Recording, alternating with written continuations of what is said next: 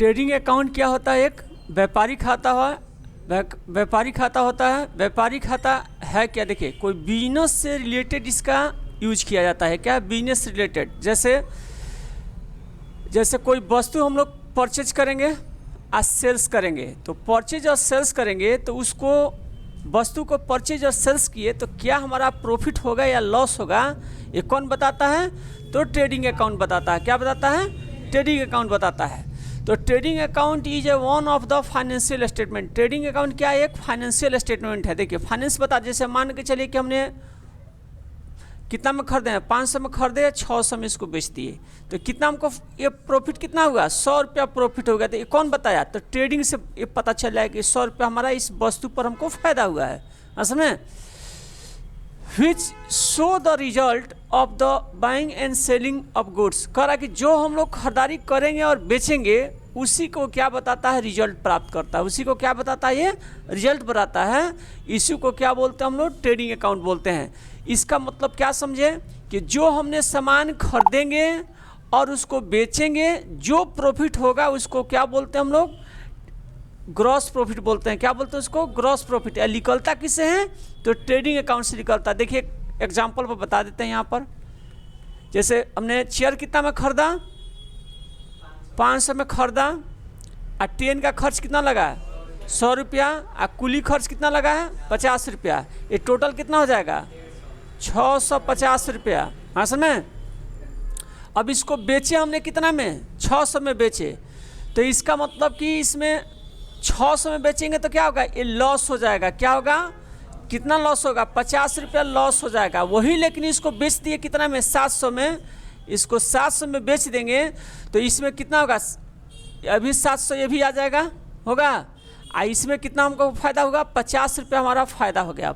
मतलब 650 में खरीदे और 700 में बेच दिए, तो ये हमको ग्रॉस प्रॉफिट क्या होगा? 50 रुपया ग्रॉस प्रॉफिट हो गया। यही क्या करता है? ट्रेडिंग अकाउंट बताता है कि कितना इस वस्तु पर हमने खर्चा किए हैं, कितना आया है। ये टोटल इसका रिजल्ट कौन बताता है? तो ट्रेडिंग अकाउंट बताता है। आगे समझ में? अब इसका फॉर्मेट है, देखिए समझिए।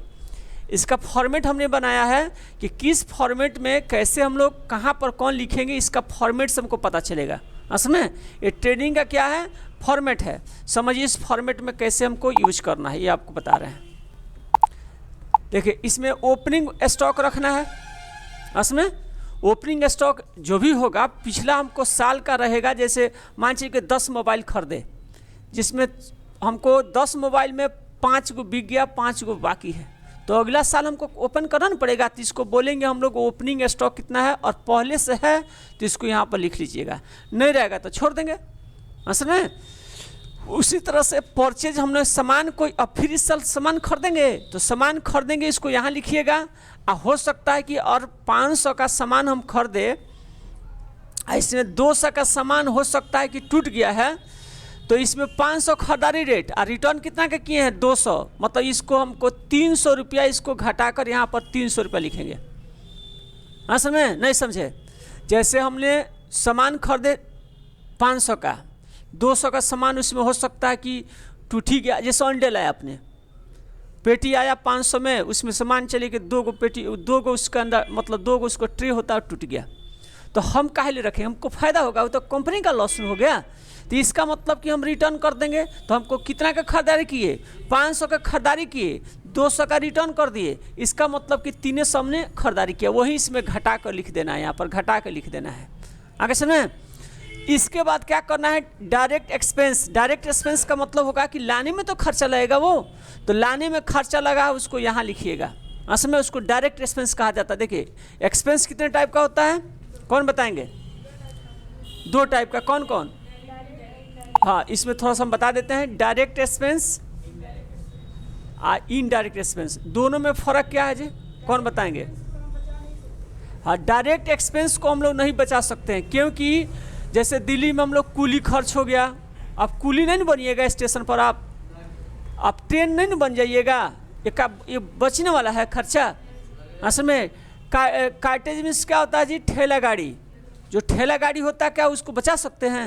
न, वो हो सकता है कि आपको 70-80 किलो का वो बोरिया हो, कैसे लाएंगे वो? इसका मतलब कि ठेले गाड़ी करना ही पड़ेगा। तो ये सब आपको बचाने ही बचबे नहीं करेगा, ये बचबे नहीं करेगा। इसी को हम लोग क्या बोलेंगे, डायरेक्ट एक्सपेंस बोलेंगे। डायरेक्ट एक्सपेंस के एक और डिफिनेशन बता देते हैं कि जहाँ से खरीदारी करेंगे और अपने गोदाम तक लाने में जितना एक्सपेंस हो रहा है वो सब डायरेक्ट एक्सपेंस कहते हैं। क्या बोले, जहाँ से खरीदारी करेंगे और अपने गोदाम तक लाने में जितना एक्सपेंस हो रहा है उसको डायरेक्ट एक्सपेंस। असल में इनडायरेक्ट एक्सपेंस किसको बोलते हैं, जैसे हमको एडवर्टाइजमेंट हो गया, प्रचार करा रहे हैं, प्रचार कराएंगे तो आपका घर से जाएगा वो, है कि नहीं, नहीं भी कराएंगे तभी चलेगा, लेकिन आपका ये इनडायरेक्ट एक्सपेंस हो गया। और जैसे अब वाटर कहने का अर्थ है कि वाटर, देखिए दो जगह हम बता रहे हैं, वाटर और हमारा कोचिंग सेंटर है, तो वाटर क्या हमारा इनडायरेक्ट एक्सपेंस है। लेकिन वही हम लोग का कोई कारखाना रहता, कोई हो सकता है कि इंटरप्राइजेज ऐसा रहता है, जैसे रड का आपका व्यवसाय है, रड हम बनाते हैं, तो रड बनेगा तो उसमें हो सकता है वाटर का भी काम पड़ता होगा, क्योंकि ठंडा करने के लिए चाहिए ना इसको, वो आपको मस्ट भी लगता ही है, नहीं रहेगा तो कैसे आपको वो रड ठंडा होगा वो।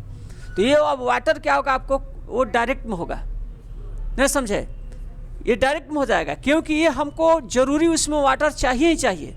लेकिन कंप्यूटर सेंटर के लिए वाटर क्या है, रहेगा तभी, नहीं रहेगा तभी, कोई दिक्कत नहीं है। अच्छा, वाटर इसमें डायरेक्ट कैसे होगा, ये वाटर डायरेक्ट कब होगा, ये जब ऐसा रहता कि हमारा कंप्यूटर सेंटर है और कंप्यूटर रोज 1 लीटर पानी पी के चलता, 1 लीटर वाटर पीता और तब चलता, तो क्या हो जाता, तब ये वाटर हमारे यहाँ डायरेक्ट हो जाता है, क्योंकि पहले 1 लीटर तो पानी हमको खोज के कहीं से लाना ही हमको।